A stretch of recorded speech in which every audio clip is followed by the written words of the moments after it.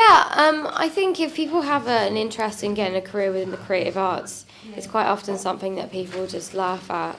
And I wanted to create Daisy as a way that people can connect with like-minded people and, create their own projects rather than waiting around for someone else to give them an opportunity. And if that is something that really interests you, then it's a way that you can really build out your list of contacts, because people always say it's not what you know, it's who you know.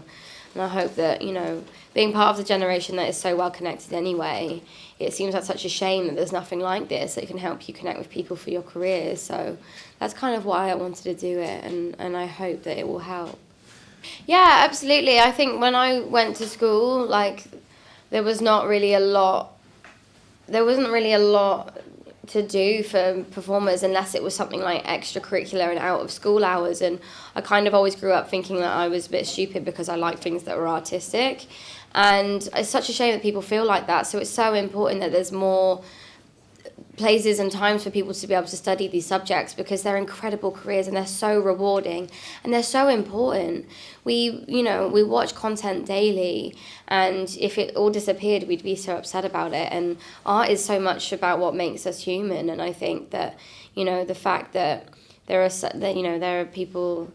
are these courses that people can take, it would have been something that I would have done 100% if I hadn't gone down the path that I'm in. On Game of Thrones, not a lot really, because it's all so separate. On Game of Thrones, I really get to just be an actor and keep my head down there. But more in independent films, it's much more interesting to see that side of it, because with the show, it's just so huge and it's such a big machine.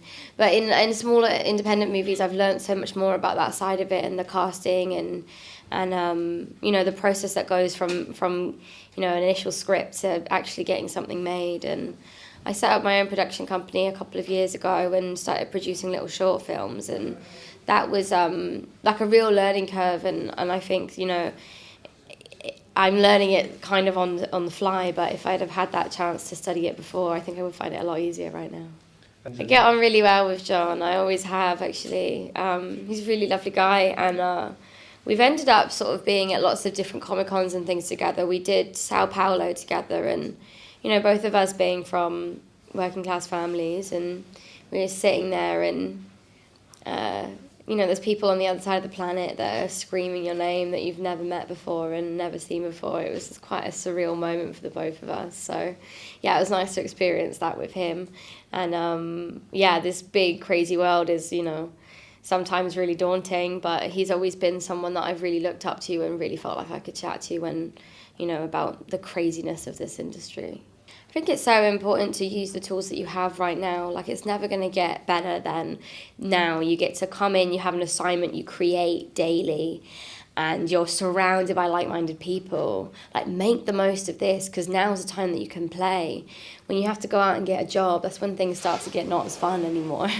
And I think, the people that you're surrounded with, they will continue to support you throughout your career. So make those connections right now, and use the resources that you have, because when you leave, it all starts to get a lot more daunting.